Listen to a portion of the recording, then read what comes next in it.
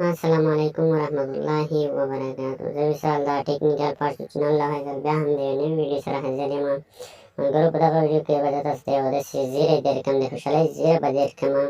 ملګرو که تر اوسه پورې مو زما چینل نه وي سبسکرایب کړی نو چینل در سبسکرایب کړئ او که ویډیو مو خوښ شو نو لایک حتما ورکړئ. ملګرو هغه کسان چې پریمینس اکاونټ لري او پریمینس اکاونټ جوړ کړی هغه لپاره مې ډېر خبر راوړی دی. هغه څوک چې پریمینس اکاونټ لري او که پریمینس اکاونټ یې نه جوړ کړی هغه ما په ډسکرپشن کې درکړی. ملګرو په پریمینس اکاونټ کې مخکې به شپږ اووه پوښتنې راتلې، اوس هغه پوښتنې ډېرې شوي دي، تر 114 پورې پوښتنې راځي چې زه په ټوله ویډیو کې در نه وګورم چې دا حقیقت دی او که دروغ دي. که دغه ویډیو مو خوښه شوه نو لایک حتما ورکړئ تر څو زه وګورم چې زما چینل مینهوال ډېر دي. ملګرو زه ځم خپل پریمینس اکاونټ ته ګورئ.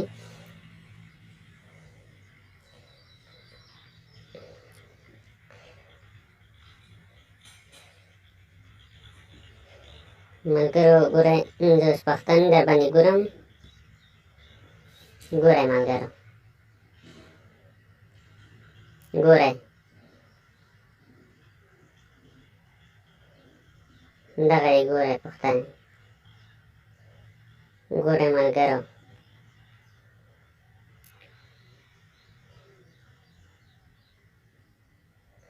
ګورئ ملګرو داسې ګورئ تاسو څومره ډېرې پوښتنې ګورئ 2.5 افغانی ولا ان تر 5 افغانیو پورې هم کې ګورئ څومره ډېرې پوښتنې دي،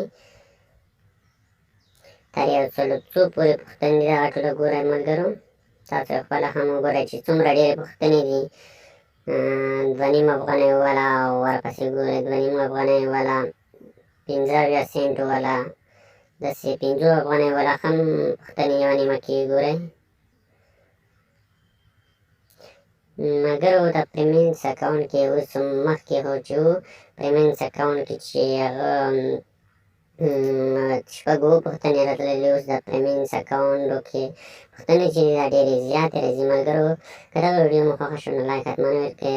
ملګرو دا مې ستاسو لپاره زیری. ملګرو داسې کلیک وکړئ که د دویم انګلیسي ده، انګلیسي کې هم غلط ځوابونه او سم ځوابونه دا پورې اړه نه لري چې غلط ځواب مه ورکوئ. سم غلط ورکوي او که سم ورکوي تاسو ته به پیسې په درکوي هغه پوښتنو باندې. ګورئ which typing app device do you most often use the laptop. داسې یو پوښتنه درنه کې ګورئ ګډې وړې دی او نیږ باندې کلیک کوئ. داسې